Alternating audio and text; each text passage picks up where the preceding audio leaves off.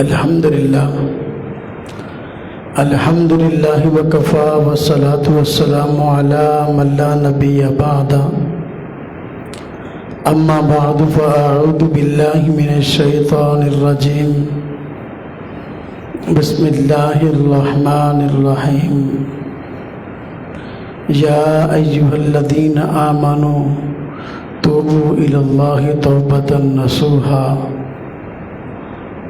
وقال اللہ تعالی ان اللہ یغفر الذنوب جميعا قال النبی صلی اللہ علیہ وسلم التائب من الذنب کمن لا ذنب له آمنت باللہ صدق اللہ العظیم وصدق رسولہ النبی الکریم ونحن علی ذلک من الشاہدین والشاکرین والحمد للہ رب العالمین اللہم صلی علی محمد وعلی آل محمد کما صلیت علی ابراہیم وعلی آل ابراہیم انک حمید مجید اللہم بارک علی محمد وعلی آل محمد کما بارکت علی ابراہیم وعلی آل ابراہیم انک حمید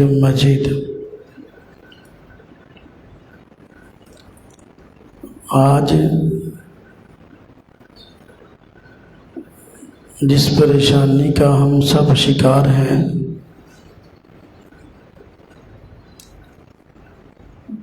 وہ ہمارے ملک میں آنے والی مختلف آفتیں ہیں۔ ہم دیکھ رہے ہیں کہ ہمارے ملک کے کئی علاقوں میں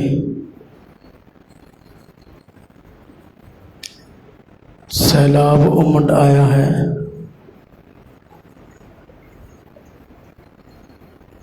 اور لوگ سیلاب کی زد میں آ کر ڈوب رہے ہیں، گھر بار سب کچھ تباہ ہو گیا ہے۔